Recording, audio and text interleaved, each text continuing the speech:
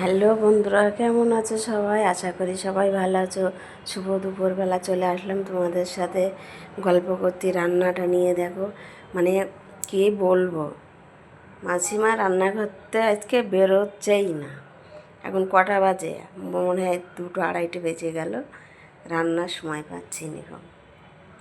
এই দেখো, ডালটা সকালেই হয়ে গিয়েছে।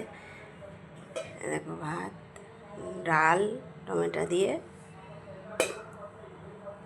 বাঁধাকপির তরকারি।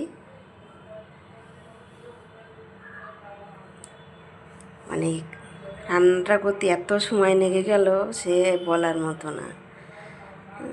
তাহলে এই 2টো ভাত তরকারি করতে গিয়ে সময় চলে গেল। এক সময় ভাত হচ্ছে, এক সময় ডাল হচ্ছে। মানে একদিন একদিন মাসিমা রান্নাঘরতে বেরোতেই যায় না। রান্নাঘরে ঢুকলে ওর আর কাজের শেষ থাকে না। তাই এই তো অবস্থা। এ দেখো,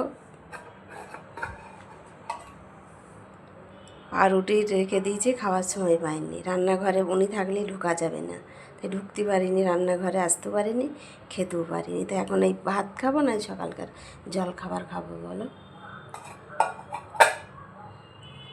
এই দেখো, বাঁধাকপি তরকারি করেছি। কালারটা কিন্তু সেই হয়েছে, ডালটাও সেমনই হয়েছে। দেখো, বুঝছো? এই ভাত তো দেখালাম, এই ভাতটা এখন খাবো, আর বাদ বাকিটা রাত্রেই খাবো, ঠিক আছে? আর এইগুলো খাওয়া হয় বিকালে খাই।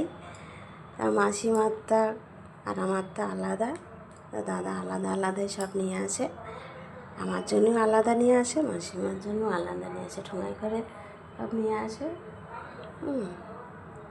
তাই ঠিক আছে, চলো সবাই ভালো থেকো, সুস্থ থেকো, নিজের শরীর খেয়াল রেখো, ঠিক আছে?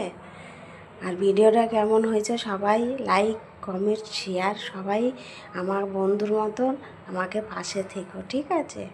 তোমরা আমার পাশে থাকবা, সহযোগিতা করবা, তাহলে আমি তোমাদের আশীর্বাদে, তোমাদের সহযোগিতায় আমি এক ধাপ এগিয়ে যেতে পারবো, ঠিক আছে?